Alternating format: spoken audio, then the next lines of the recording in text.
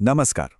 तो आज बात करते हैं एक बड़े ही दिलचस्प विषय की, जो हमारे इमोशनल और फाइनेंशियल हेल्थ दोनों से बहुत गहराई से जुड़ा हुआ है, और वो है डिटॉक्सिफिकेशन का वास्तु। क्या कभी ऐसा लगता है कि मानो जिंदगी एक ही जगह ठहर सी गई है और आगे बढ़ने का कोई रास्ता ही नहीं दिख रहा? ये एक अजीब सी थकावट और निराशा वाली फीलिंग है जिसे बहुत से लोग महसूस करते हैं। लेकिन क्या होगा अगर मैं कहूं कि इस पूरी समस्या का समाधान आपके अपने ही घर में छिपा हो सकता है? जी हां, वास्तुशास्त्र की माने तो इसका सीधा कनेक्शन घर के नॉर्थ वेस्ट कोने यानी उत्तर पश्चिम दिशा से हो सकता है। तो चलिए सबसे पहले ये समझते हैं कि आखिर घर का ये कोना इतना खास क्यों है। इसे हम एक तरह से घर का डिटॉक्स सेंटर भी कह सकते हैं। वास्तु में इस जगह को शोष क्षेत्र के नाम से जाना जाता है। तो ये शोष असल में है क्या? देखिए, इसे दी एब्जॉर्बेंट यानी सोखने वाला भी कहा जाता है, और इसका काम बिल्कुल इसके नाम जैसा ही है। जिंदगी से सारी नेगेटिविटी को सोख लेना, एक स्पंज की तरह। ये दुख, बुरी यादें और नेगेटिव इमोशंस को सुखाकर हमें आगे बढ़ने की ताकत देता है। अब जरा इसकी पूरी पहचान को देखिए। इसकी दिशा है उत्तर पश्चिम, तत्व है वायु, और इसके स्वामी ग्रह हैं शनिदेव।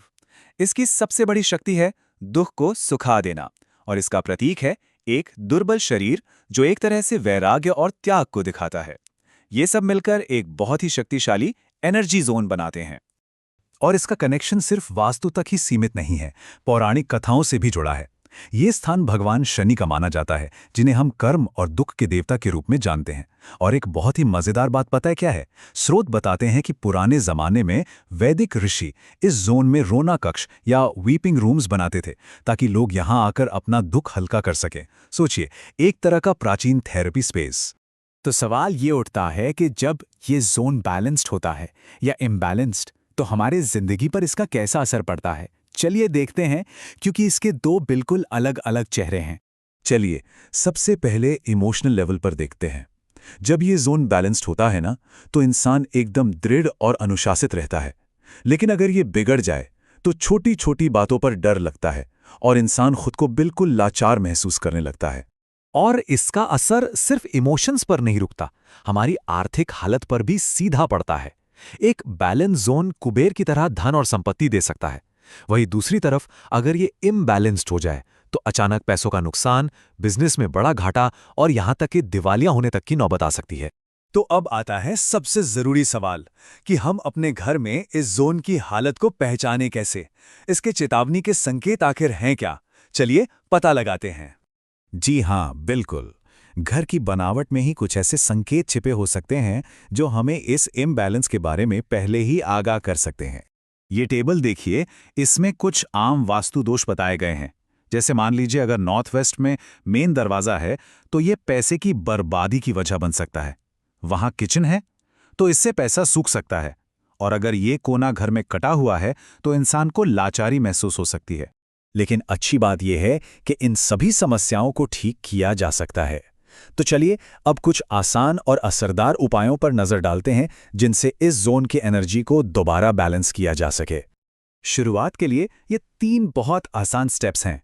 पहला, फिजिकल क्लीनिंग, मतलब यहां से कबाड़ हटाइए क्योंकि वो एनर्जी को रोकता है।